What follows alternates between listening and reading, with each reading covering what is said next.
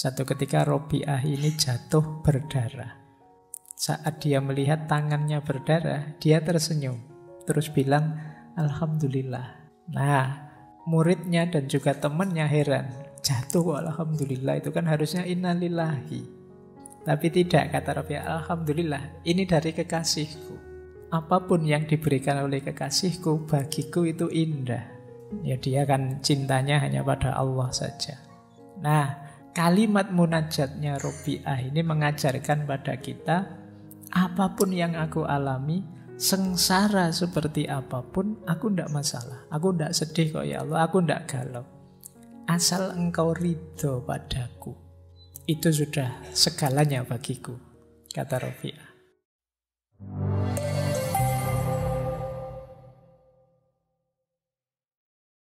Assalamualaikum warahmatullahi wabarakatuh.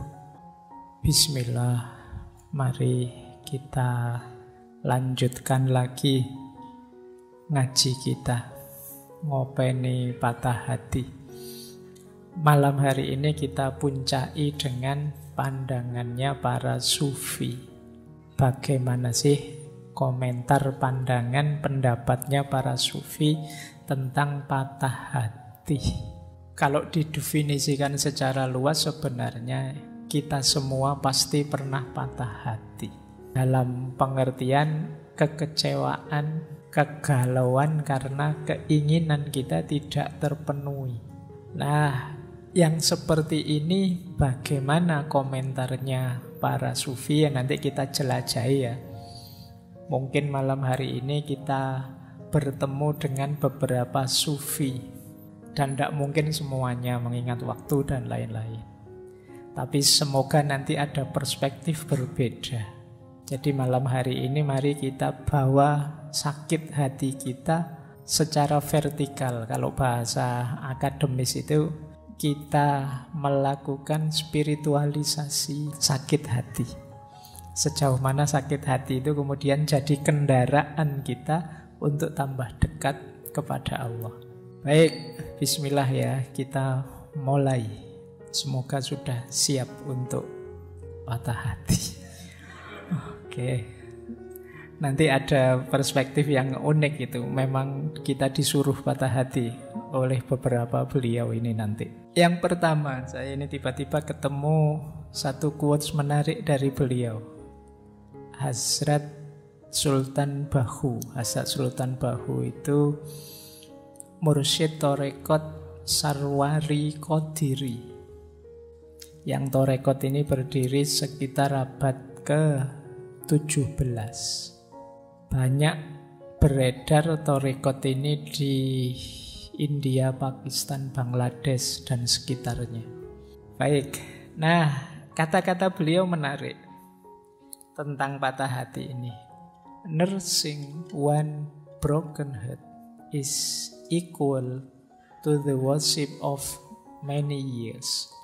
Ya, saya ngambilnya dari yang bahasa Inggris karena kitab-kitab beliau pakai bahasa Urdu dan bahasa Persia. Nah, kata beliau, nursing itu kan merawat, ngopeni. Orang yang patah hati, one broken heart, orang yang kecewa hatinya, orang yang gelisah galau, itu setara dengan ibadah bertahun-tahun. Jadi maka bulan ini kita latihan ngopeni orang-orang yang patah hati. Jadi ayo latihan ya, karena seperti saya bilang di sesi pertama dulu, belakangan ini banyak orang depresi. Bahkan tingkat kematian karena depresi itu tinggi, mengalahkan kematian karena kanker. Jadi ayo ya, kita temani saudara-saudara teman kita yang sedang patah hati. Jangan diketawakan. Kita ketawa karena melihat dari luar. Kalau kita rasakan dari dalam, betapa berat yang mereka rasakan. Kadang-kadang di medsos itu malah dimarah-marahi. Ada orang depresi bahkan sampai mencoba bunuh diri malah diketawakan, dimarah-marahi. Kita tidak tahu seberat apa beban yang ada di hati mereka. Bahkan kata Hazrat Sultan Bahu ini, kita merawat, menemani mereka yang patah hati itu seperti ibadah bertahun-tahun. Jadi ayo diperbanyak ibadah ya. Antara lain ngancani saudara teman-teman kita yang sedang patah hati. Mereka ini ada di fase-fase harus sering kita temani. Karena kalau sendirian biasanya ya mereka tidak kuasa menaklukkan diri mereka sendiri. Baik, bismillah kita mulai. Jadi pembukaannya ini ya, ini anggap saja berarti malam hari ini kita latihan ibadah. Karena menemani orang patah hati itu setara dengan ibadah. Ada banyak hadis yang mengindikasikan justru Allah itu bersama-sama orang yang lemah, orang yang terpinggirkan, orang yang kesusahan, orang yang sakit dan lain sebagainya. Ya tentu saja termasuk orang-orang yang patah hati ini. Siapa tahu mereka ini bisa jadi jalan kita untuk tambah dekat kepada Allah, menghadirkan ridhonya Allah, sayangnya Allah pada kita. Lah kalau saya sendiri yang patah hati Pak, gimana? Ya enggak apa-apa, kamu temani jiwamu sendiri kalau enggak ada yang menemani ya. Nanti ada pendapatnya Jalaluddin Rumi menarik tentang itu. Baik, bismillah kita mulai. Kita mulai masuk ke tokoh-tokoh tasawuf sekarang. Ini Robi'ah. Di beberapa referensi ini salah satu munajatnya Robi'ah ketika dia masih jadi budak. Beliau ini sebenarnya lahir dari keluarga meskipun tidak kaya tapi terhormat, tapi mengalami banyak peristiwa tragis sehingga sampai beliau jadi budak. Dalam ceritanya ada momen ketika beliau pahit sekali, ketika beliau dikejar-kejar, ada seseorang yang ingin mencelakainya, kemudian sampai beliau terjatuh, terluka. Nah ini salah satu kalimat yang beliau ucapkan saat terluka itu, yang di beberapa referensi bunyinya seperti ini. Ya Allah, aku adalah musafir, tanpa ayah dan ibu, seorang yatim piatu, dan seorang budak. Aku telah terjatuh dan terluka. Meskipun demikian, aku tidak bersedih hati oleh kejadian ini. Hanya aku ingin sekali ridhomu. Ini Robi'ah. Ada cerita yang lain, satu ketika Robi'ah ini jatuh berdarah. Saat dia melihat tangannya berdarah, dia tersenyum. Terus bilang, Alhamdulillah. Nah, muridnya dan juga temannya heran. Jatuh Alhamdulillah, itu kan harusnya innalillahi. Tapi tidak, kata Robi'ah, Alhamdulillah, ini dari kekasihku. Apapun yang diberikan oleh kekasihku, bagiku itu indah. Ya dia kan cintanya hanya pada Allah saja. Nah, kalimat munajatnya Robi'ah ini mengajarkan pada kita, apapun yang aku alami, sengsara seperti apapun, aku tidak masalah. Aku tidak sedih kok ya Allah, aku tidak galau. Asal engkau ridho padaku, itu sudah segalanya bagiku, kata Robi'ah. Ungkapan seperti ini itu pasti muncul dari rasa cinta yang sangat dalam. Orang yang sudah cinta itu diberi apapun oleh yang dia cintai, termasuk hal-hal yang pahit sekalipun, dia tetap senang. Asal jangan dipisah dengan yang dia cintai. Maka cintanya Robi'ah pada Allah ya buahnya seperti ini. Dia rela sakit, dia rela berdarah-darah, gak masalah. Ya Allah, aku hanya ingin ridhomu saja. Ini dulu mirip ceritanya Rasulullah. Kan ada kisahnya Rasulullah itu waktu beliau berdakwah di Taif. Kemudian di situ beliau dilempari batu, ditaburi pasir, berdarah-darah, dikejar anak kecil-kecil. Sampai beliau istirahat di salah satu kebunnya orang Taif. Yang di situ beliau bermunajat pada Allah, panjang sekali munajatnya, yang salah satu kalimat masyhur sekali di munajat itu, ya Allah, in lam takun wadiban alayya fala ubali. Jadi meskipun aku berdarah-darah seperti ini, meskipun begitu beratnya ujian ini, asal engkau tidak murka padaku ya Allah, aku tidak peduli. Nah, batin yang bisa seperti ini itu syaratnya memang batin yang sudah mencintai Allah. Kalau kamu masih negosiasi dengan Allah, masih banyak pamrihnya, masih belum ikhlas, ya mungkin bisa mengucapkan seperti itu, tapi formalitas. Ngomongnya sambil meringis-meringis nangis itu tidak bisa senyum kayak Robiah. Kamu sakit berdarah-darah, sakit ini kok ya. Meskipun kamu bilang tidak apa-apa ya Allah, yang penting kamu ridho, tapi ya beda kalau tidak ada cinta di dalamnya, itu acting, formalitas. Kalau Robiah ya keluarnya otomatis dari batin yang mencintai Allah. Loh, di versi perspektif yang ini berarti ada jalan agar patah hatimu tidak berat. Apa? Masih ada Allah. Tidak masalah kok kamu putus, tidak masalah kok kamu kecewa. Dalam keinginanmu yang manapun, asal Allah ridho. Nah, ini cara berpikirnya para sufi. Tidak masalah kamu nyalon gagal. Tidak masalah kamu ditinggal pasanganmu. Tidak masalah kamu dimaki-maki orang di medsos. Tidak masalah banyak sekali kepahitan hidupmu. Yang masalah satu-satunya adalah ridhonya Allah. Ini Allah ridho padaku apa tidak ya? Nilaiku jatuh tidak apa-apa. Ujianku kepepet-pepet terancam DO tidak masalah. Asal Allah ridho saja tidak apa-apa. Nah itu alasanmu ya nanti kalau ditanya orang tuamu. Kok tidak lulus-lulus le? Wah, saya tenang aja Pak, saya tidak lulus juga tidak apa-apa, nilai jelek juga tidak apa-apa Pak, yang penting Allah ridho. Nanti dijawab sama orang tua, mana bisa Allah ridho, kamu males. Baik, kita lanjutkan. Jadi ini cara pandangnya Robiah. Ada yang menarik dari perspektifnya Robiah tentang penderitaan. Seperti patah hati ini. Ini bentuknya cerita. Coba nanti kita cek ya, kita ada di mana. Jadi satu ketika jalan bareng beberapa sufi besar. Robiah, kemudian Hasan al-Basri, Malik bin Dinar, dan Syakik al-Balkhi.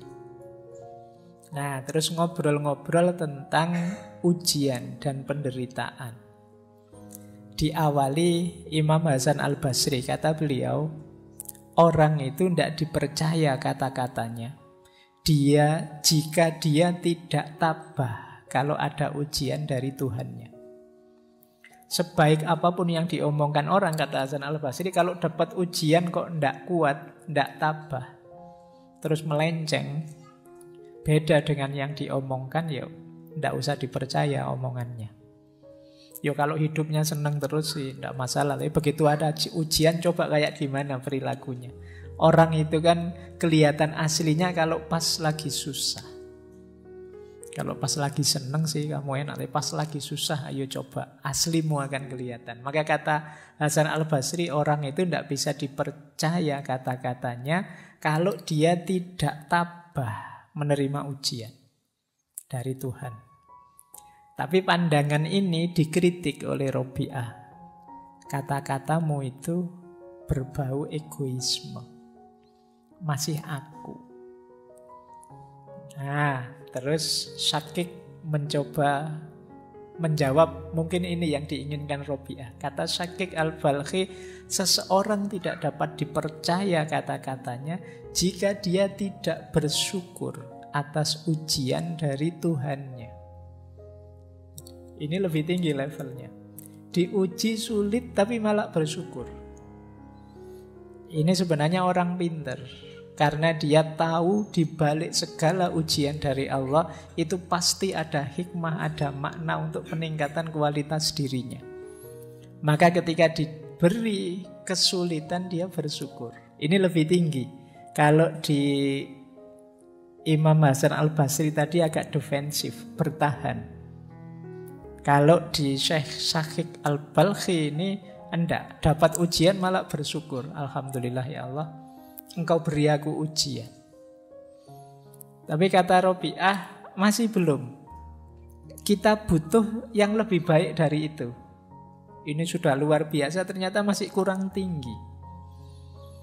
Nah, Syekh Malik bin Dinar masuk. Kata dia, seseorang itu tidak dapat dipercaya kata-katanya jika dia tidak gembira atas ujian dari Tuhannya. Ini lebih tinggi. Kalau ini ketika dapat ujian malah gembira, malah alhamdulillah. Seperti Robiah tadi, seneng aku diuji oleh Allah, seneng aku hatiku dipatahkan oleh Allah. Tapi ya untuk nyampe sini saja berat. Tapi ini level tinggi memang. Di atas tadi tidak sekedar syukur, dia juga gembira. Itu pun Robiah masih belum. Jadi ada yang lebih baik dari itu. Nah, balik mereka bertiga tanya, terus gimana yang baik itu? Kata Robiah, seseorang tidak dapat dipercaya kata-katanya jika dia tidak melupakan ujian saat merenungi Tuhannya. Ini cara berpikirnya dibalik oleh Robiah. Kita itu kan ketika dapat ujian baru ingat Tuhan. Tapi kalau diribu dibalik. Ketika kita ingat dekat dengan Tuhan, kita siap menerima apapun termasuk ujian. Jadi orang di levelnya Robiah ini bahkan sebelum mendapat ujian, dia sudah ikhlas, sudah ridho. Ya Allah, engkau beri apapun aku siap. Yang paling pahit pun aku siap. Asal engkau tidak meninggalkanku. Ini yang saya bilang tadi, level cinta. Sulit orang seperti ini. Karena itu berarti dia tidak tidak minta yang sifatnya menyenangkan, menggembirakan. Yang dia minta hanya biar bisa dekat pada Allah. Kalau kita kan masih banyak permohonan macam-macam kepada Allah. Kalau Robiah tidak. Dia mintanya Allah saja. Ini coba ya nanti kalian ada di mana. Kalau ada ujian kalian tabah, atau kalian bersyukur, atau kalian gembira, atau tidak kamu pikir sama sekali, siap menerima apapun asal dekat terus dengan Allah. Nah, ini jawabannya tidak bisa hafalan ya. Karena kalau mahasiswa kalau ditanya begitu mesti hafalan. Hafalan itu dia jawab yang paling baik. Kamu tanya yang jujur, dirimu ada di mana, nanti ayo kalau memang masih di bawah ya kalau bisa naik kelas. Jadi semula sih saya menarget tabah Pak kalau dapat ujian. Ya siapa tahu bisa naik level, bisa bersyukur. Atau bisa gembira. Atau sudah saya tidak mikir itu, fokusku Allah saja. Diberi apapun yang pahit, yang manis, ayo. Jadi ketika ingat Allah, siap menghadapi ujian apapun. Nah, baik.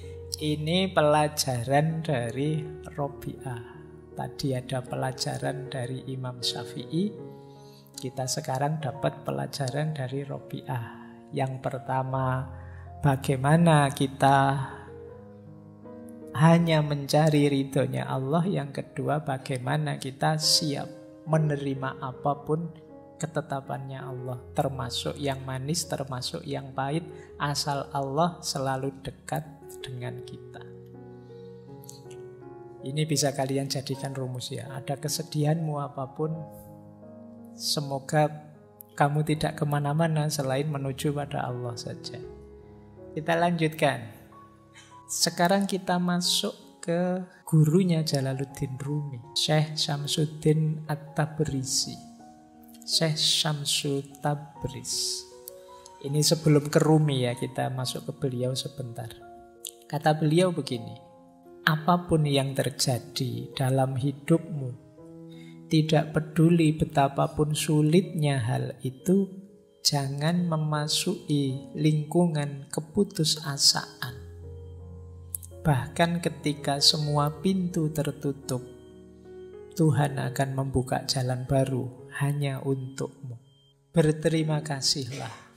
Sangat mudah untuk bersyukur ketika semuanya baik-baik saja. Tetapi seorang sufi bersyukur tidak hanya atas apa yang telah diberikan kepadanya, tetapi juga atas semua yang telah tertolak darinya. Nah, ini levelnya seperti Syekh Hasan Basri dan kawan-kawan tadi. Apapun kesulitanmu, seberat apapun bebanmu, kamu ingat-ingat satu rumus final ini, jangan putus asa. Itu saja. Ini gawang terakhir. Jadi kalau sepak bola itu, ini jangan sampai bobol. Bahwa pemain lapangan tengah jatuh, jungkir balik, backnya juga pontang-panting, tidak masalah. Tapi jangan bobol gawangmu terakhir. Gawang terakhirnya apa? Putus asa. Begitu kamu putus asa, itu tanda bahwa kamu tidak percaya lagi kepada Allah. Kamu lupa bahwa ada Allah. Yang bagi Allah apa sih yang tidak mungkin? Orang yang putus asa itu kan sering pakai kalimat-kalimat, buntu sudah semua jalanku, gelap duniaku, aku gimana lagi ini? Kamu lupa masih ada Tuhan, masih ada Allah. Jadi Syekh Syamsul Tabriz mengingatkan kita, apapun kesulitanmu, apapun bebanmu, jangan biarkan gawangmu yang terakhir ini bobol, yaitu keputusasaan. Makanya putus asa itu kan kalau dalam Al-Quran disebut kekufuran. Karena apa? Karena orang yang putus asa berarti dia melupakan Allah atau tidak percaya dengan kekuasaannya Allah. Kata Syekh Syamsul Tabriz, meskipun semua pintu rasanya tertutup, Allah masih bisa kok. Bukan membuka pintu, bahkan membuat pintu baru Allah bisa. Yang tidak terbayangkan mungkin selama ini olehmu. Jadi tidak mungkin Pak lewat ini, lewat itu, lewat ini. Jalan yang saya hitung itu tidak ada yang beres. Itu kan hitunganmu. Jadi bagi Allah apa yang mustahil? Wong dari Masjidil Haram ke Masjidil Aqsa, dari Masjidil Aqsa ke Sidratul Muntaha, ya bisa dalam waktu semalam. Meskipun di medsos banyak orang yang mendebat, masuk akal, masa namanya mukjizat ya memang tidak masuk akal. Kalau masuk akal ya tidak mukjizat namanya. Jadi memang tidak harus masuk ke akalmu. Kalau bisa terjangkau oleh pikiranmu, oleh akalmu, itu masih biasa. Wong ini peristiwa luar biasa kok. Jadi banyak kemarin saya baca di medsos itu, naik ke langit ke-7. Langit itu apa? Pikirannya kan aneh-aneh. Jadi tidak masuk akal saya. Ya memang tujuannya tidak untuk dimasukkan akal. Akalmu tidak nyampe. Jadi ini peristiwa luar biasa. Kalau definisinya khorikul adat, beda dengan adat. Memang tidak cocok dengan hukum alam sunatullah, sains yang kamu pelajari. Itulah mengapa disebut mukjizat.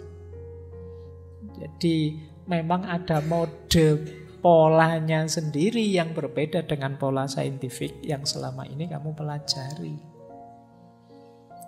Baik. Nah, malah sampai Isra Mi'raj ya. Yuk dilanjutkan. Yuk paling tidak itu ilustrasi ya betapa Allah itu maha kuasa. Yang tidak terduga bisa terjadi.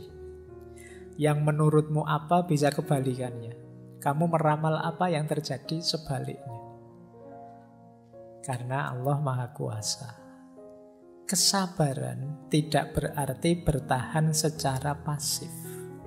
Kata Syekh Samsuddin At-Tabrizi, sabar itu berarti berpandangan jauh ke depan untuk mempercayai hasil akhir dari suatu proses. Ini kalau pakai bahasa yang lain, sabar itu sama dengan orang yang optimis. Jadi kalau kita yakin hasilnya akan baik, ya kita mudah untuk sabar. Orang sabar itu justru visioner, dia pandangannya ke depan. Apa yang dimaksud dengan kesabaran? Nah, ini definisinya menarik. Syekh Syamsuddin At-Tabrizi ini. Sabar itu melihat duri dan juga melihat bunga mawarnya. Melihat malam dan juga melihat fajar. Jadi untuk sampai pada mawar ya harus tahu ada duri yang harus dilewati. Ini sabar. Untuk sampai fajar kita harus tahu harus melampaui malam. Ini sabar. Berarti apa? Untuk mencapai kesuksesan, kebahagiaan, ya kita harus siap sulit, siap menderita. Itulah mengapa jangan dikeluhkan penderitaanmu. Patah hatimu jangan membuatmu putus asa. Sabarlah, memang untuk bisa meraih keindahannya mawar, kamu harus sanggup melampaui durinya. Untuk bisa melihat indahnya fajar, kamu kan harus sanggup menahan hidup di malam hari. Kalau kalian mau melihat sunrise itu kan ya dibelani ngantuk-ngantuk malam tidak tidur, naik ke atas gunung sampai sana, alhamdulillah bisa kelihatan sekarang sunrise. Itu kan kamu ada tirakatnya, itu kan capek-capek menahan tidak tidur. Jadi ya meskipun setelah melihat sunrise kan kamu hasilnya kan bisa selfie-selfie, foto-foto, itu saja. Nah, hidup juga begitu. Kamu kalau ingin meraih keindahannya harus siap dengan pahitnya. Kita itu seringkali hanya fokus pada mawarnya saja, fokus pada fajarnya saja. Lupa dengan malamnya, lupa dengan durinya. Itu yang membuat kita begitu dropnya ketika mengalami patah hati, ketika mengalami kesulitan hidup. Padahal justru kesulitan itulah yang akan mengantarkan kita pada keindahan. Ini pendapatnya Syekh Syamsuddin At-Tabrisi. Ketidaksabaran berarti menjadi picik untuk tidak dapat melihat hasilnya. Jadi orang tidak sabar itu ya hanya lihat pahitnya saja. Tidak lihat bahwa setelah pahit ada manisnya. Orang tidak sabar itu ketika melihat bunga mawar, sudahlah tidak usah mawar-mawaran, ada durinya kok. Nah, kenapa? Dia tidak tahan, dia hanya lihat durinya. Dia lupa bahwa kalau nanti bisa dapat mawar, indah loh itu. Ya kalau kamu tidak siap menunggu malam, ya kamu tidak akan ketemu indahnya fajar. Sudahlah, tidak usah nyari-nyari fajar, tidur saja enak misalnya, ya sudah. Ini yang disebut tidak sabar. Para pecinta Tuhan tidak pernah kehabisan kesabaran. Karena mereka tahu bahwa agar bulan sabit menjadi purnama dibutuhkan waktu. Tidak mungkin hari ini bulan sabit, besok langsung purnama. Kalau sudah begitu, kiamat itu berarti.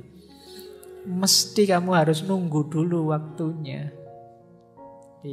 Dari bulan sabit jadi purnama ya paling tidak kamu nunggu 15 harian, setengah bulan. Itu pun purnama tidak seterusnya nanti jadi bulan sabit lagi. Itulah kehidupan. Kalau kamu kehilangan kesabaran, hidupmu akan sangat berat. Karena modenya hidup itu naik turun. Tidak mungkin orang hidup itu seneng terus, enak terus. Meskipun kamu pinginnya begitu. Hidup itu mesti ya kadang seneng, kadang tidak seneng, kadang enak, kadang tidak enak. Wis itu wajar. Siaplah menghadapi hidup yang seperti ini. Kunci bahagiamu justru di situ. Kalau kamu siapnya seneng saja, ya siap-siap hidupmu banyak stres, banyak depresi. Semoga tidak ada yang di sini hidupnya nyari susah saja. Kan ada orang itu yang kalau bisa sulit kenapa dibuat mudah, itu namanya nyari susah. Orang itu normalnya nyari senang, dia malah nyari susah. Kalau ndak rumit ndak enak Pak, ndak asik Pak. Yo salahmu dewe kalau gitu. Baik, ya jadi orang yang normal-normal saja. Wajarnya kita mencari kebahagiaan, kesenangan Tapi kita harus sadar hidup ini ada kesulitan juga, ada problem juga, ada naik turunnya juga. Baik, ini 2 nasihat dari Syekh Syamsuddin At-Tabrisi. Gurunya banyak sufi juga, sosok beliau agak misterius. Dulu pernah kita bahas waktu membahas Mahabbah Ilahiyah kalau tidak salah. Baik, kita lanjutkan. Nah, kata beliau begini. Ini bagi yang suka mematahkan hatinya orang lain. Ini masih Syekh Syamsuddin At-Tabrisi. Ini perspektif berbeda ya. Kalau tadi yang mengalami penderitaan, ini yang membuat orang lain menderita. Kata Syekh Syamsuddin At-Tabrisi, kalau engkau selalu mematahkan hati orang lain, apapun ibadah yang kamu lakukan tidak ada nilainya.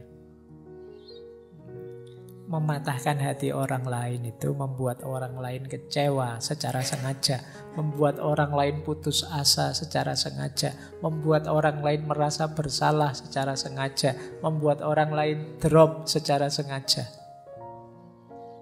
Ini kalau yang dikatakan oleh Syekh Syamsuddin At-Tabrisi ini benar, jangan-jangan kita sering ada di sini. Apalagi di medsos. Di medsos itu kan kita sering secara sengaja biar orang yang tidak kita sukai drop, jatuh, kecewa, merasa bersalah, merasa putus asa. Nah, ada temennya ngapain, lu kamu kok begitu, kafir kamu kalau sudah begitu. Terus temenmu stres, waduh, saya sudah kafir ternyata, gimana? Iya. Nah, patah hatinya dia, depresi, melakukan kebaikan saja masih dituduh-tuduh, dituding-tuding. Terus dia putus asa. Kata Syekh Syamsuddin At-Tabrisi, kalau engkau selalu mematahkan hati orang lain, apapun ibadah yang kamu lakukan tidak ada nilainya. Kita kan kadang senang, kadang bangga kalau membuat orang kecewa, khususnya orang yang kita benci atau kelompok yang tidak kita sukai.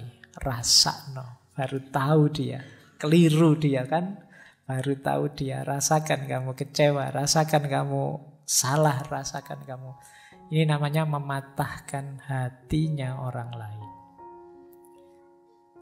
Jangan lupa bahwa Allah itu mencintai manusia, siapa saja dia, di level apapun dia.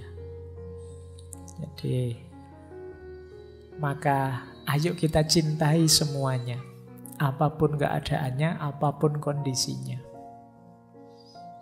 Ya dengan cara mencintai yang proper tentu saja. Mencintai yang proper itu bukan selalu disetujui saja. Kalau tidak pas, ya diluruskan dengan baik, tidak dipatahkan hatinya. Kalau cocok, didukung. Ini namanya mencintai. Jadi, ya kalau bisa kita bangun peradaban saling mencintai, saling peduli. Bukan peradaban saling menjatuhkan, saling berlomba bahwa akulah yang paling tinggi, yang paling benar, yang paling lolos, yang masuk surga pertama, yang paling diridhoi Allah. Ya kalau bisa kita masuk surga pertama semuanya bareng-bareng. Jadi tidak harus giliran. Bareng-bareng gitu kita diridhoi Allah semua begitu ya. Semua kita semuanya bareng-bareng dicintai Allah. Apapun cara kita mendekati Allah. Jadi, ya beda-beda itu wajar. Ya memang hidup itu kan begitu. Ada macam-macam cara, macam-macam gaya untuk dekat dengan Allah. Jadi jangan jadikan perbedaan itu alasan kita saling mematahkan hati. Saling membuat orang kecewa dan putus asa. Kalau bisa saling kita dukung, ya sudah pendapat saya begini, pendapatmu begitu, silahkan lakukan kebaikan semaksimal mungkin sesuai keyakinanmu. Aku pun akan melakukan kebaikan semaksimal mungkin sesuai keyakinanku. Insya Allah kalau yang kita lakukan sama-sama kebaikan akan menghadirkan ridhonya Allah. Ini menurut saya mode hidup bersama yang lebih nyaman. daripada perlombaan bener-beneran.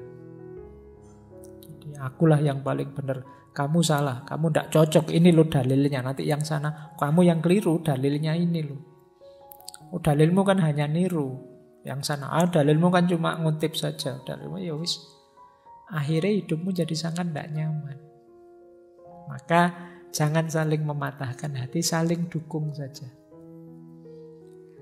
Baik, biar yang dinyatakan oleh Syekh Syamsuddin ini tidak terjadi.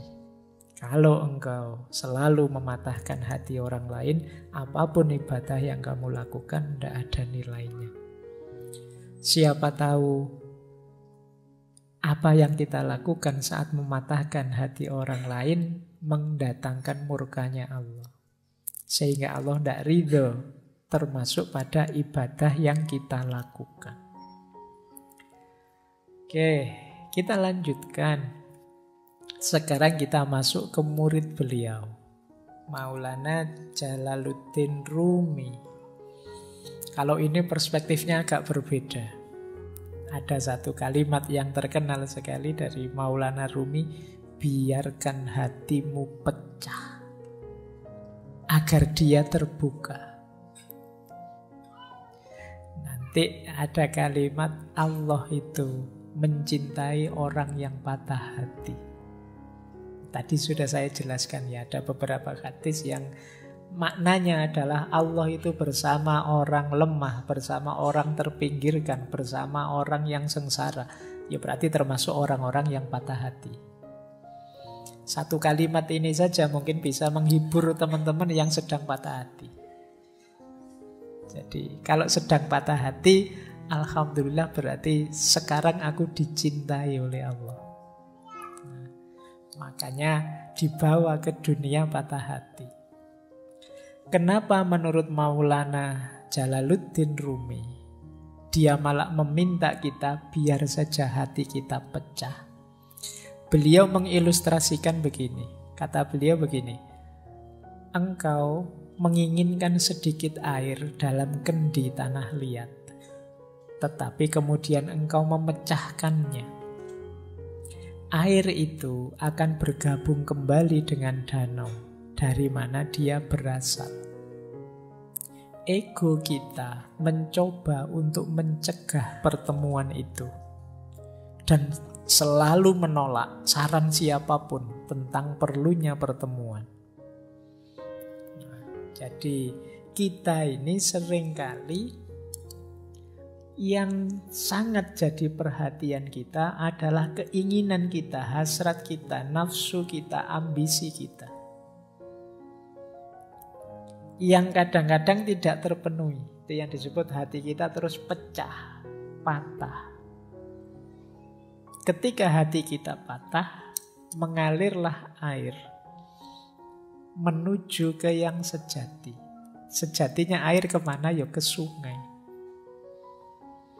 Sebenarnya ketika hati kita patah, itu jiwa kita terbuka jalan untuk kembali ke yang hakiki. Saat itu kita diingatkan, kembali ke Allah yang lebih hakiki. Tetapi ego kita yang menahan perjalanannya air itu. Maksudnya apa? Kita mati-matian berusaha malah biar air ini tidak mengalir ke yang hakiki, tidak mengalir ke sungai, tapi sesuai kepentingan keinginan kita. Ketika kita kecewa, misalnya patah hati ditinggal pasangan kita, itu kan kita justru energi paling besar yang kita lakukan adalah gimana caranya agar bisa balik kembali. Kita lupa bahwa ada proses yang lebih ideal, yaitu kembali kepada Allah. Nah, kata Maulana Rumi, tujuan utama latihan-latihan spiritual dalam tradisi manapun, baik timur maupun barat, adalah untuk memungkinkan kita mengatasi keberatan yang diajukan oleh ego, sehingga kita dapat melanjutkan perjalanan kita ke samudra persatuan.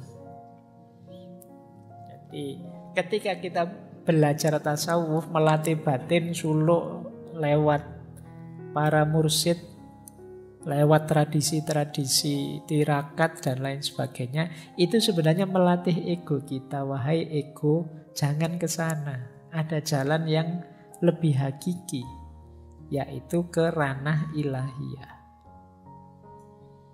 Nah, jadi ilustrasi dari Maulana Rumi itu, perjalanan batin kita itu seperti air dalam kendi.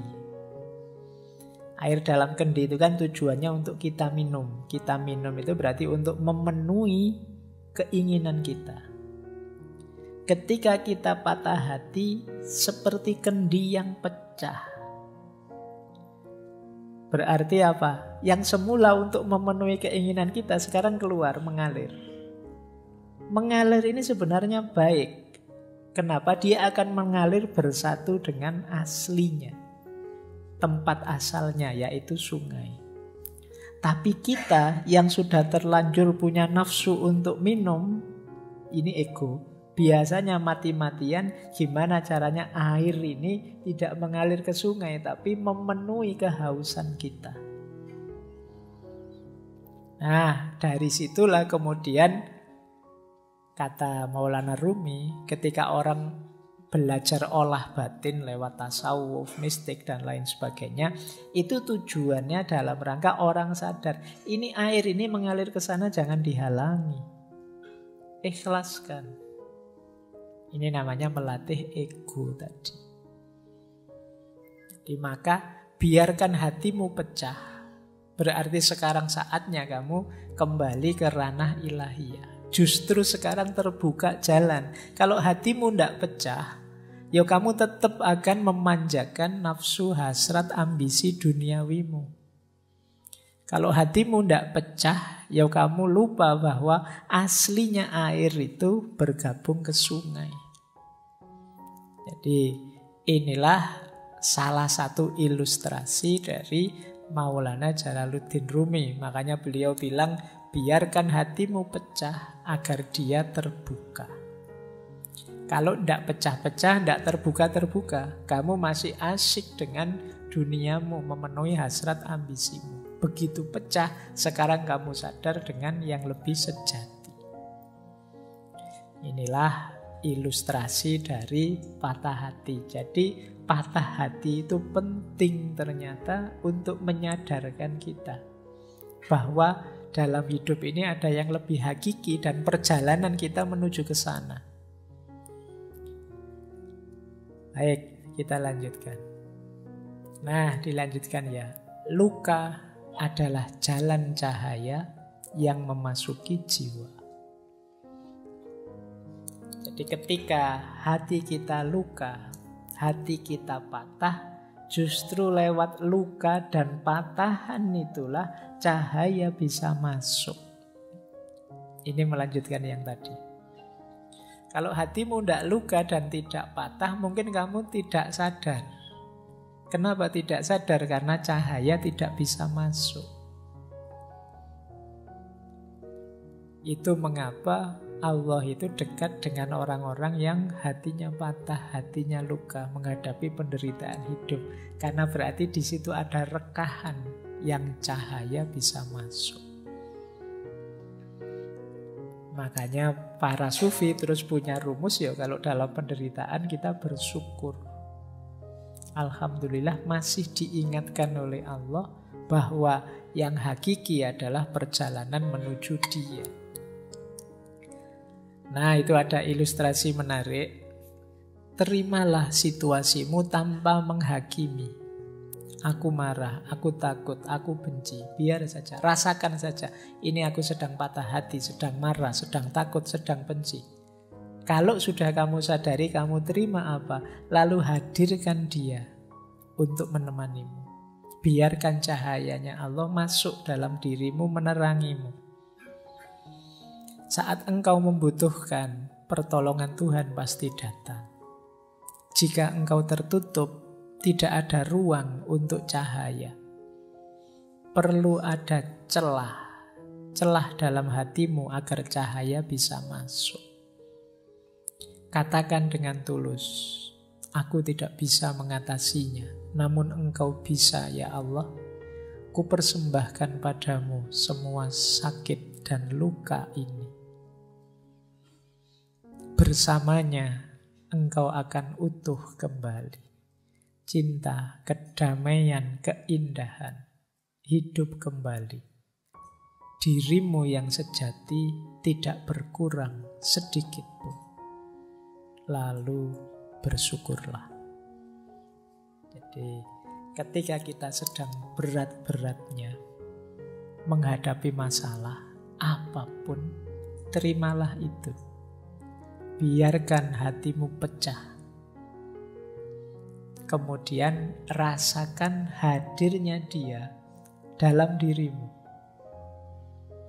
Dan yakinlah bahwa apapun yang engkau inginkan akan dipenuhinya. Sambatlah padanya, ya Allah, masalahku ini sangat berat. Aku tidak mampu. Kalau Engkau pasti mampu. Maka aku persembahkan duka, luka, sakitku ini hanya kepadamu. Nah, insya Allah bersama Dia kita akan kembali utuh. Kembali hidup seperti semula. Tidak ada satupun yang berkurang. Kalau kita patah hati kan sebenarnya kita berkurang apa sih? Tidak ada. Kita masih bisa memulai lagi yang baru seperti semula. Kalau sudah terasa betapa kebersamaan dengan Allah itu menyembuhkan, ayo terus kita bersyukur. Alhamdulillah ya Allah, Engkau masih mau menemaniku dalam situasi pahit dan luka ini. Baik, ini salah satu petunjuk dari Maulana Jalaluddin Rumi. Kalau kita sedang patah hati, sedang sedih, sedang banyak masalah. Oke, kita lanjutkan. Ini dimensi yang berbeda. Pemahaman yang berbeda lagi. Kata Rumi begini, selamat tinggal hanya untuk mereka yang mencintai dengan matanya. Karena bagi mereka yang mencintai dengan hati dan jiwanya, tidak ada yang namanya perpisahan.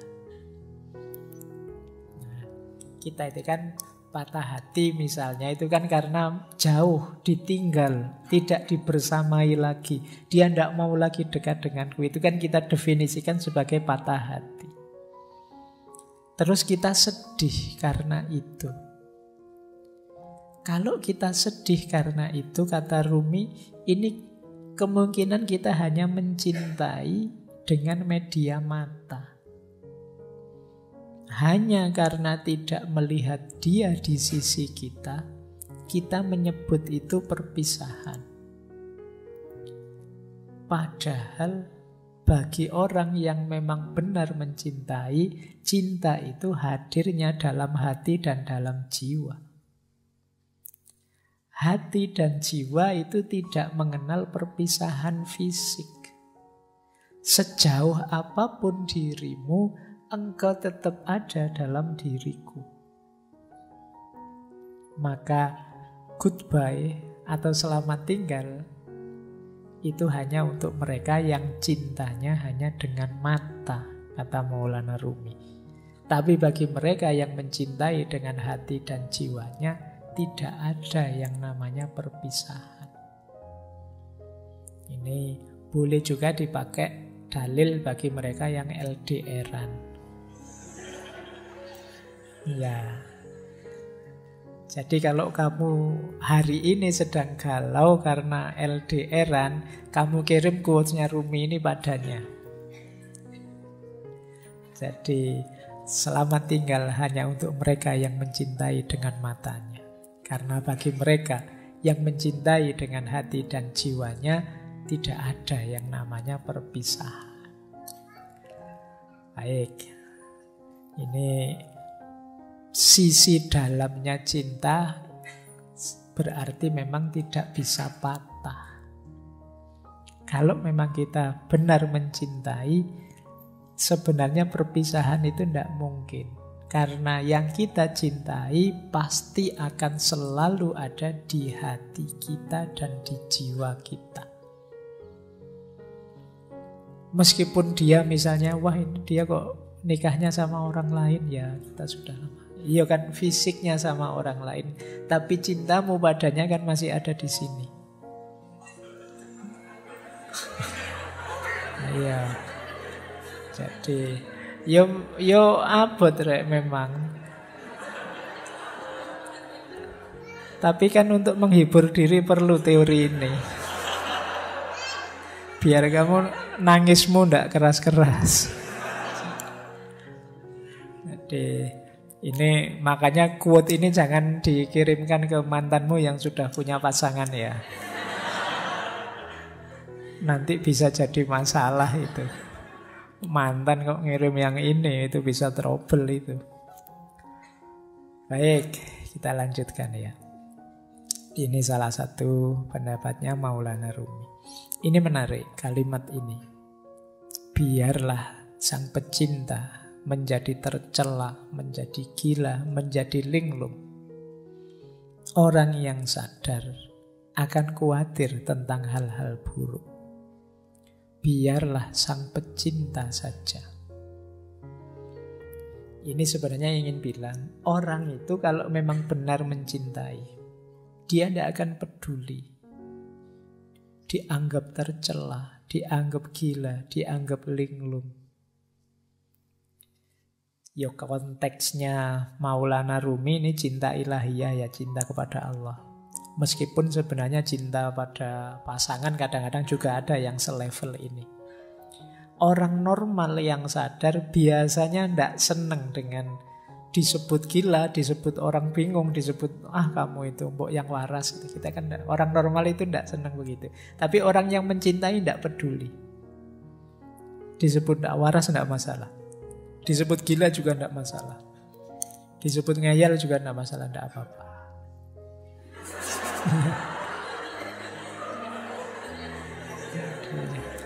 Ya.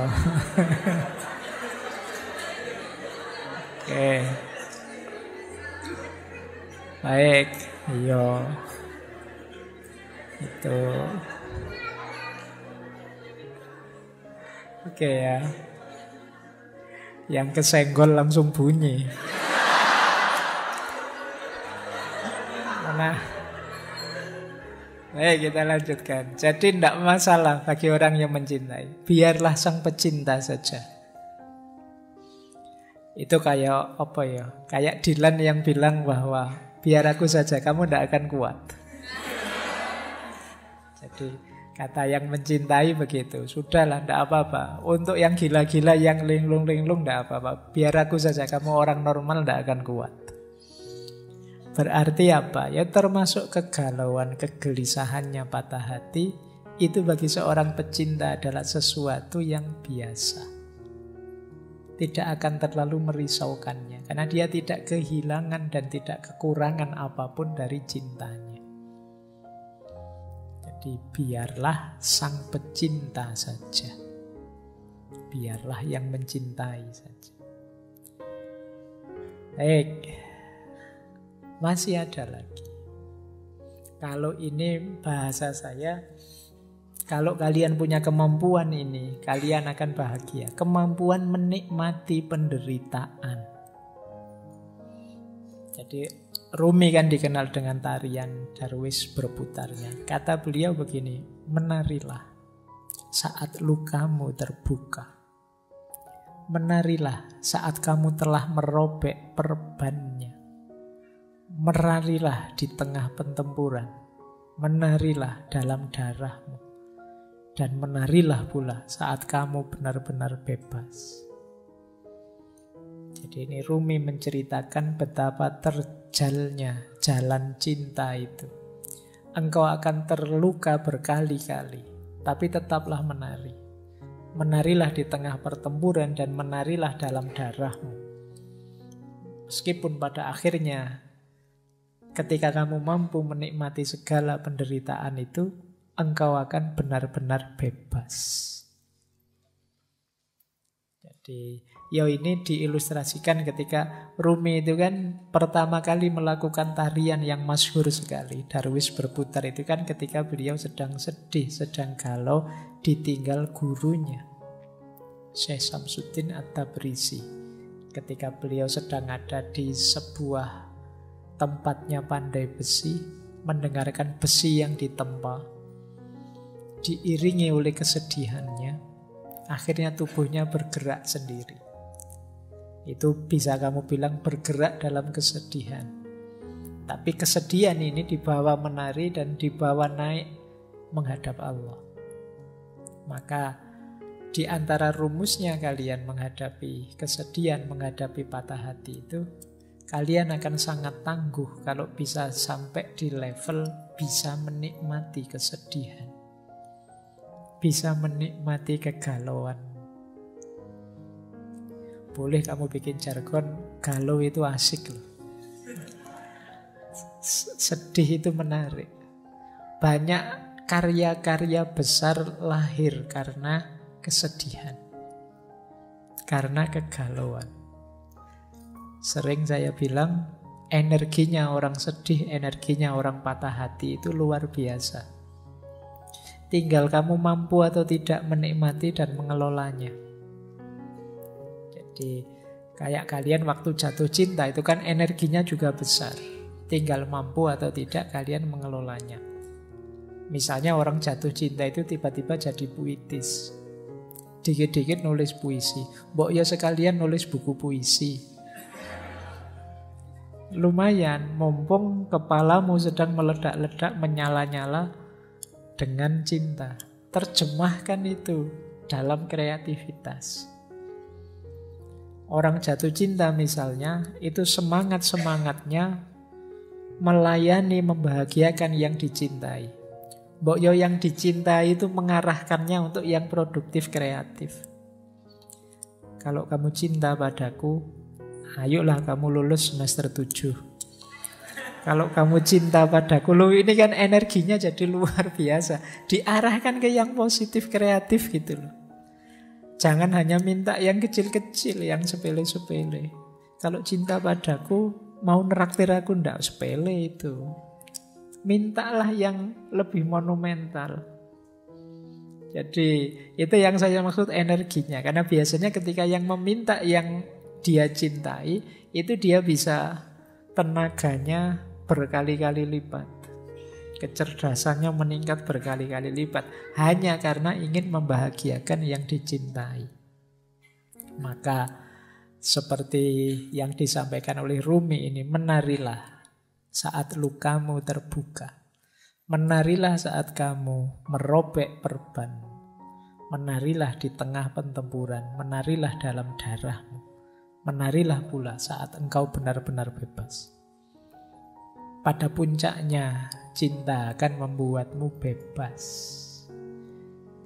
Yang paling jelas ya bebas dari belenggu ego dirimu sendiri. Orang mencintai itu kan ketika orang yang bisa menaklukkan dirinya sendiri. Baik, saya lanjutkan. Nah, Maulana Rumi juga pesan pada kita, rasa sakit yang kamu rasakan ini adalah membawa pesan. Dengarkan mereka. Jadi ini latihanlah mendengarkan lukamu sendiri. Latihanlah memahami pesan yang dibawa oleh kesedihan dan dukamu. Maka jangan terlalu hanyut emosional oleh pengalaman pahit yang kamu miliki. Tapi coba dengarkan, ada pesan apa? Ada hikmah apa yang bisa kamu raih? Yo karena yang pesan ini Maulana Rumi, yo berarti perhatikan dia memberitahumu apa dalam rangka meningkatkan kedekatanmu kepada Allah. Dalam rangka menghidupkan cintamu kepada Allah. Peristiwa pahit apapun coba kamu dengarkan. Dia membawamu pesan apa, membawakanmu pesan apa yang itu membuatmu tambah dekat pada Allah. Jadi pesan yang arahnya ke sana. Dengarkan. Karena ketika Allah menetapkan sesuatu, pasti tidak ada yang sia-sia. Termasuk menetapkan patah hatimu. Pasti Allah tidak sedang iseng, tidak sedang, saya coba anak ini kalau tak bikin patah hati kayak gimana, pasti tidak sekedar itu. Pasti Allah ingin sesuatu yang lebih besar dan lebih penting dari itu. Maka penting kita mampu membaca luka, mendengarkan patah hati. Ayat itu kan tidak hanya ayat tertulis, tapi juga ayat-ayat kauniyah. Patah hatimu dan lukamu itu ayat-ayat Allah juga. Coba dengarkan pesannya dari situ. Jangan-jangan mengingatkanmu atau mengujimu atau mendorongmu untuk tambah dekat padanya. Dan seterusnya. Baik, kita sudah ketemu Maulana Rumi dan ada kalimat yang menarik dari beliau. Di mana ada kehancuran, di situ ada harapan akan harta karun. Harta karun itu kan biasanya terkubur di balik puing-puing. Kalau tersimpan di lemari kan tidak disebut harta karun. Harta karun ini biasanya tersembunyi. Dan ini ada di balik kehancuran. Maka temukan mutiara-mutiara, temukan harta-harta di balik kesedihanmu, di balik kehancuranmu. Pasti banyak kalau kamu jeli mencarinya. Jadi ini lanjutan dari quotes yang tadi ya. Jadi dengarkanlah dan cermatilah, insya Allah kamu akan ketemu harta karun yang di situ kamu akan bangkit kembali, lahir kembali, jadi sosok yang lebih kuat, lebih hebat dari sebelumnya. Jadi ini pesan dari beliau. Di mana ada kehancuran, di situ ada harapan akan harta karun. Jadi jangan terlalu lama nangis-nangis sedihnya. Beri waktu tersendiri, tapi kemudian segera move on. Bacalah kesedihanmu, dengarkan pesannya, carilah mutiara-mutiara di baliknya, terus lahirlah kembali jadi sosok yang baru yang lebih tangguh. Ini yang diinginkan oleh Maulana Jalaluddin Rumi. Baik. Nah, ini tadi hubungannya dengan kesepian ya. Memang kalau kita sedang sakit, kita sedang sedih itu perlu teman. Tapi seandainya tidak ada teman dan kamu merasa sendirian, jangan merasa kesepian. Seluruh alam semesta ada dalam dirimu. Kalau sekedar ingin cerita, ingin curhat, dalam dirimu lengkap. Ada komponen alam semesta. Jangan merasa sendiri. Wong kamu itu sendirian saja sebenarnya kan sangat ramai. Kalau tidak percaya, kalau kamu di kamar sendirian itu kan, ya memang suaranya tidak ada, wong kamu tidak ngobrol. Tapi pikiranmu kan riuhnya luar biasa. Ramainya luar biasa. Kalau sekarang kadang-kadang tidak hanya pikirannya, mulutnya juga rame, apalagi kalau pas main game. Ya, kamu marah-marah sendiri, mesuh-mesuh dewe, ngamuk-ngamuk dewe. Apalagi pikiranmu. Pikiranmu itu kan tidak pernah diam. Ketika kamu sadar, ya pikiranmu bunyi terus tentang apa saja. Kamu sebenarnya ramai, jadi tidak perlu merasa kesepian. Seandainya kok dalam kesedihanmu kamu tidak menemukan teman, engkau sendiri cukup. Jangan merasa kesepian. Alam semesta ada dalam dirimu. Nah, ada kalimat menarik dari Rumi yang beliau sampaikan tadi mungkin berat. Engkau yang sedang sedih mungkin sulit, tapi I know you are tired, but come, this is the way. Aku tahu engkau mungkin sangat lelah.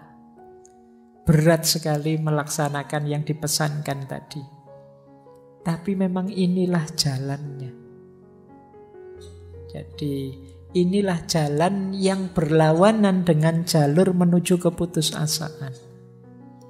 Jadi aku tahu engkau lelah, tapi inilah jalannya. Ayo pelan-pelan kamu tempuh jalan ini. Jangan mengambil jalan yang sebaliknya, yaitu jalan keputusasaan. Baik, ini dipesankan tadi ya. Sejak awal tadi kan sudah ada banyak tips-tips untuk kita bisa mengatasi rasa sedih dan hati kita yang patah tadi. Paling tidak kita menghindari gol di gawang keputusasaan. Dan memang hanya ini jalannya, kata Maulana Jalaluddin Rumi. Nah, ada satu teori dalam dunia tasawuf. Nanti coba kalian cek ya. Kalian dalam sedih ada di mana? Hubungan kita dengan Allah saat kita menderita. Ada fase confirming, ada fase responsif, ada fase ekstatik. Orang yang ada di fase confirming itu orang yang ketika sedih bisa merasakan hadirnya Allah. Terus dia tenang dan muncul harapan-harapan baru. Ini ada level paling rendah ya tentu saja yang tidak ingat Allah. Ini level awal itu ingat Allah. Jadi sudah ingat Allah. Ingat Allah saja itu akan menenangkanmu. Memunculkan optimisme baru. Sebuntu apapun jalanku, aku masih punya Allah ternyata. Harapanmu muncul. Ada fase lebih dalam lagi. Tidak sekedar sadar hadirnya Allah, tapi sadar dekatnya Allah dan baiknya Allah. Ini lebih besar lagi kegembiraan dan optimismemu. Allah kan selalu mengabulkan doa-doa kita, permohonan kita, permintaan kita. Allah selalu sayang dengan kita. Allah itu tidak pernah tidak baik kepada kita. Kita saja yang keluar jalur. Sehingga kebaikan Allah tidak sampai. Kita saja yang ambil jalan, rute yang berbeda dengan yang diinginkan oleh Allah. Ini fase kedua, namanya fase responsif. Ada fase ketiga lebih dalam lagi. Di fase ketiga ini, kita tidak sekedar merasa dekat dan Allah itu baik, tapi kita sudah intim sama sekali. Kita sudah sangat cinta dengan Allah, sehingga apapun yang diberikan oleh Allah, apakah itu pahit ataukah manis, tidak masalah. Ini namanya fase ekstatik. Nah, dalam kesedihan kita ada di mana? Allah yang hadir dalam diri kita, apakah sekedar confirming, apakah responsif, ataukah sudah ekstatik? Orang yang sudah bisa menikmati kebersamaan dengan Allah adanya di level ekstatik. Orang yang hanya sadar Allah itu ada kok, Gusti Allah ora sare, itu namanya fase confirming. Orang yang sadar bahwa Allah itu tidak sekedar hadir, tapi Dia maha baik dan akan mengabulkan semua doa kita, namanya fase responsif. Nah, teman-teman coba dicermati kehadiran Allah dalam diri kita itu seperti apa. Pandangan kita tentang keberadaannya Allah itu ada di mana. Itu menunjukkan level kedekatan dan level hubungan kita dengan Allah. Baik, kita akhiri dengan beberapa tips. Kalau ini agak praktis ya, kalau yang tadi filosofis. Banyak yang tanya ke saya, caranya biar hati tenang itu apa sih Pak? Dalam penderitaan. Ini saya ambilkan langsung dari beberapa ayat ya. Biar ini seperti ngaji beneran. Ada Al-Qur'annya. Segalau apapun dirimu, coba kamu rujuk ayat-ayat ini. mungkin kamu bisa lebih tenang. Yang pertama surat Al-Insyirah, ayat 5 sampai ayat 6. Yang bunyinya adalah fa inna ma'al usri yusra, inna ma'al usri yusra.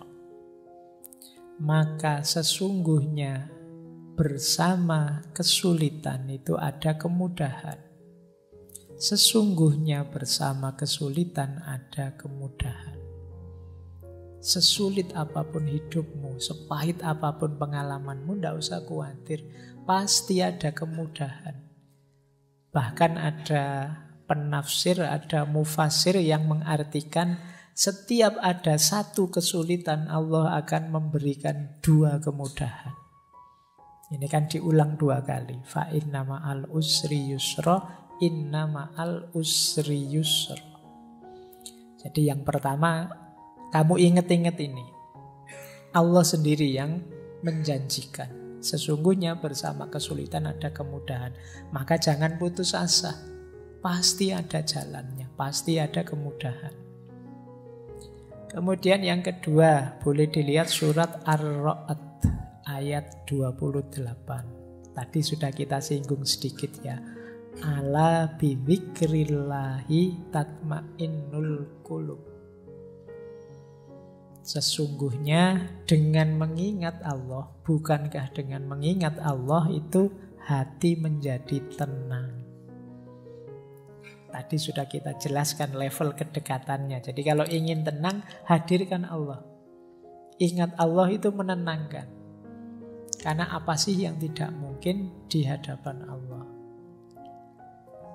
Terus yang ketiga, kalau masih ada kebingungan-kebingungan, kekecewaan-kekecewaanmu karena keinginanmu tidak terpenuhi, boleh teman-teman merujuk surat Al-Baqarah ayat 216. Wa asa an takrahu syai'an wa huwa khairul lakum wa asa an tuhibbu syai'an wa huwa syarrul lakum. Wallahu ya'lamu wa antum la ta'lamu. Jadi firman Allah, mungkin saja engkau membenci atau tidak suka sesuatu padahal itu baik untukmu. Dan mungkin juga engkau mencintai sesuatu padahal itu buruk buatmu. Allah lebih tahu, sedangkan kalian tidak tahu. Jadi ayat ini mengajarkan kita yang tidak terjadi dari keinginan kita itu tidak selalu nanti sesuatu yang baik untuk kita. Jadi yang kita sukai bisa jadi itu buruk untuk kita. Allah lebih tahu. Jangan terlalu kecewa, jangan putus asa. Kalau cita-citamu gagal, bukan berarti itu ada kebaikan yang lepas. Bisa saja itu tidak terlalu baik untukmu. Allah menetapkan sesuatu itu ya pertimbangannya kasih sayang cintanya pada kita. Pikiran kita terbatas, sulit untuk bisa tahu sampai detail sedalam-dalamnya manfaat dan efeknya sesuatu. Allah lebih tahu. Jadi kalau teman-teman sedang kecewa, sedang galau, keinginannya kok tidak terpenuhi, baca ayat ini. Bisa saja yang aku inginkan, yang tidak terpenuhi itu sesuatu yang aku sukai sih, tapi bisa saja dia buruk untukku. Bisa saja yang aku hindar-hindari, ternyata inilah yang baik untukku. Allah tahu, kita yang tidak tahu. Nah, membaca ayat ini mungkin bisa menenangkan kita. Kalau masih ada galau-galaunya, wa idza sa'alaka ibadi anni fa inni qarib ujibu da'watad da'i idza da'ani. Kalau hambaku meminta padaku, sesungguhnya aku dekat. Aku menjawab doa orang yang berdoa saat dia berdoa padaku. Jadi ayat ini menenteramkan kita masih punya Allah dan Allah dekat. Apapun yang aku minta, insya Allah akan dikabulkan. Nah, ini akan menenangkan kita. Yang terakhir surat Ar-Ra'd ayat 24. Salamun alaikum bima sobartum fani'ma uqbaddar. Ini finalnya. Kalau memang yang atas-atas tadi masih sulit, sadarilah tetap salamun alaikum bima sobartum. Selamat atas kamu karena kesabaran. Fani'ma uqbaddar itu betapa nikmatnya rumah tempat kita kembali nanti ke hadapan Allah. Hidup ini memang banyak ujian, banyak kesulitan, tidak masalah, sabarlah. Ada kenikmatan puncak nantinya bersama Allah. Itu fani'ma uqbaddar. Ini dari Al-Quran. Boleh teman-teman mengambil, ini masyhur sekali, penenang hati, obat hati. Ini sebenarnya nasihatnya Syekh Ibrahim Al-Khawas. Bisa dicek di kitab Risalah Al-Qusairiyah. Kalau di Indonesia sudah jadi lagu terkenal sekali. Dawaul Qalbi Khamsatu Asya'a. Obatnya hati itu ada 5 hal. Qiraatul Quran bitadabbur. Membaca Al-Quran sambil tadabbur, merenungi maknanya. Wa khola'ul batni, dan perut yang kosong, puasalah. Wa qiyamul laili, dan sholat malam. Wa tadurru indas sahar, jadi merenung, tafakur, zikir pada Allah di waktu sahur, sepertiga malam yang terakhir. Yang kelima, wa mujalasatus sholihin, dan duduk bareng orang-orang yang soleh. Itu menenteramkan hati. Kita zikir tengah malam, kita zikir sepertiga malam, menenteramkan hati. Kita sholat malam, menenteramkan hati. Kita puasa, menenteramkan hati. Membaca Al-Quran sambil tadabbur, menenteramkan hati. Kalau kita kebingungan, apa yang harus saya lakukan? Pikiranku buntu, sedang stres-stresnya, frustasi-frustasinya. Pilih satu di antara 5 atau lakukan 5-5-nya. Paling tidak kalau kita puasa, kita tidak mikir kegalauan kita lagi, mikir laparnya. Oh, itu kan kita, aduh kapan buka puasa ya. Oke, kamu tidak mikir yang-yangan lagi, terus mikir poso. Makanya kata Rasulullah itu anak-anak muda yang sudah ingin nikah tapi tidak kuat nikah, puasa saja. Puasa bisa jadi benteng. Baik, ini tidak saya jelaskan ya. Dulu ini saya ingat pernah saya jelaskan waktu sesinya Sunan Bonang. Baik, saya tambah satu lagi. Doa. Mungkin teman-teman butuh praktis doa untuk menenangkan hati.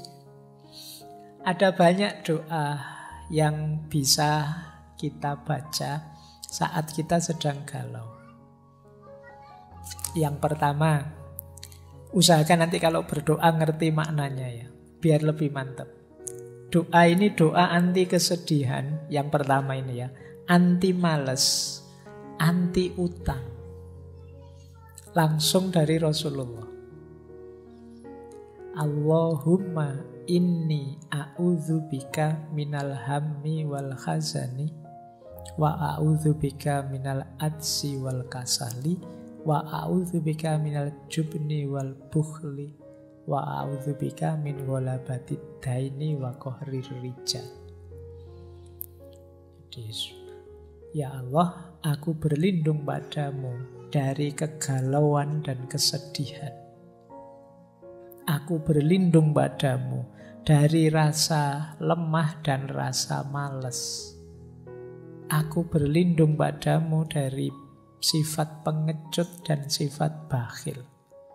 Dan aku berlindung padamu dari dikalahkan oleh hutang dan ditindas oleh orang. Nah, boleh teman-teman berdoa dengan kalimat ini. Atau yang kedua, ini doa minta tenang. Allahumma inni as'aluka nafsan bika mutmainnatan tu'minu biliqaika wa tardo biqadaika wa taqna'u bi'ataika. Ya Allah, sesungguhnya aku meminta padamu jiwa yang tenang bersamamu, yang percaya pada pertemuan denganmu, yang ridho pada keputusan-keputusanmu, dan rela merasa cukup dengan apapun pemberianmu. Ini kalau doa ini dikabulkan, insya Allah hidup kita tenang. Yang ketiga ini juga menarik. Kalau patah hati ditinggal pacar, Allahumma ajirni fi musibati wakhluf li khairon minha. Ya Allah, selamatkanlah aku dalam musibahku dan gantilah untukku yang lebih baik darinya. Nah, ya sapa ngerti setelah berdoa ini terus diganti yang lebih hebat dari sebelumnya. Doa yang keempat ini juga menarik. Kuatirnya ketika kita sedang sedih melakukan hal-hal yang tidak seharusnya. Perbanyak membaca ya muqallibal qulub sabbit qalbi ala dinik. Kalau masih terasa sangat berat penderitaanmu, patah hatimu, Rasulullah itu sering menggunakan doa ini. Ya Hayyu ya Qayyum birahmatika astaghiitsu. Wahai Zat yang maha hidup, yang maha tegak, dengan rahmatmu aku minta pertolongan. Atau masih sangat berat, kok gelap rasanya di kiri kanan, tidak tahu mau apa, mau kemana, boleh pakai doanya Nabi Yunus. Nabi Yunus itu kan mendapat ujian maha berat sampai ditelan oleh di laut. Nah, ini doa yang beliau baca. Jadi kalau teman-teman hidupnya stuck sama sekali, gelap sama sekali, tidak tahu mau kemana, boleh mengamalkan doa ini. La ilaha illa anta subhanaka inni kuntu minadz dzalimin. Baik, malam hari ini pengajian beneran. Jadi tidak hanya filsafatan ya. Ya memang sengaja harus begini karena banyak juga teman-teman yang sedang stres, depresi memerlukan jalan keluar yang lebih praktis, tidak sekedar filosofis. Baik, yang saya sampaikan mungkin sedikit-sedikit bisa meringankan, membantu teman-teman menghadapi segala kesulitan dalam hidupnya. Yang sudah kita awali dari minggu pertama secara psikologis, filosofis, dan malam hari ini secara sufistik.